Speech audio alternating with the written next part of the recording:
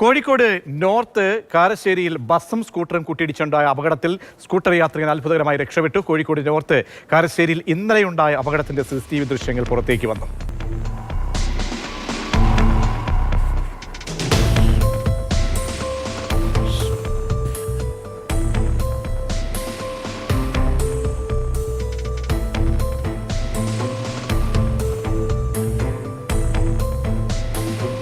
Rahul KV ഉണ്ട്. രാഹുൽ, അത്ഭുതമെന്ന വാക്ക് പോലും അപ്പുറത്തേക്ക് വാക്കെന്തെങ്കിലും ഉണ്ടെങ്കിൽ പറയേണ്ടി വരും. അങ്ങനെയാണ് ആ രക്ഷപ്പെടൽ. കാഴ്ചകൾ അത്രത്തോളം ഞെട്ടിപ്പിക്കുന്നത് കൂടിയാണ്. തീർച്ചയായും ഞെട്ടിക്കുന്ന ഒരു CCTV ദൃശ്യം തന്നെയാണ്. സ്കൂട്ടർ യാത്രികന് നിസ്സാര പരിക്ക് മാത്രമേ ഉള്ളൂ എന്നുള്ളത് വളരെ ആശ്വാസം തന്നെയാണ്.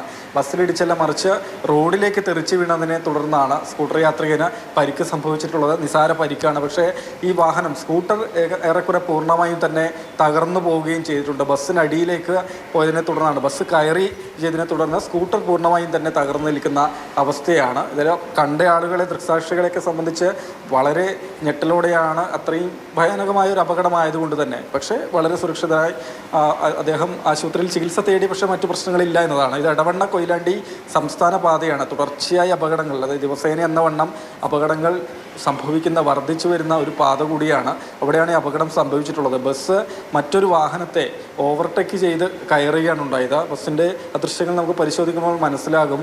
ബസ് ഈ റോഡിൻ്റെ നടുവിലുള്ള വെള്ളവരയും കടന്ന് ഇപ്പുറത്തെ ഭാഗത്തേക്കാണ് വന്നിട്ടുള്ളത്. ഈ ബസ് കണ്ട് ഭയന്ന സ്കൂട്ടർ യാത്രികൻ ബ്രേക്ക് പിടിക്കുകയും അദ്ദേഹത്തിൻ്റെ ബാലൻസ് തെറ്റുകയും ചെയ്യുന്നത് ദൃശ്യങ്ങളിൽ നിന്ന് മനസ്സിലാകുന്നു. അതിനുശേഷമാണ് ബസ്സിലിടിച്ച് അപകടം സംഭവിക്കുകയും ചെയ്തിട്ടുള്ളത്. പ്രതീക്ഷ ഏറ്റവും ആശ്വാസകരം ഏതായാലും ഇദ്ദേഹത്തിന് നിസ്സാര പരിക്ക് മാത്രമേ സംഭവിച്ചിട്ടുള്ളൂ എന്നുള്ളതാണ്.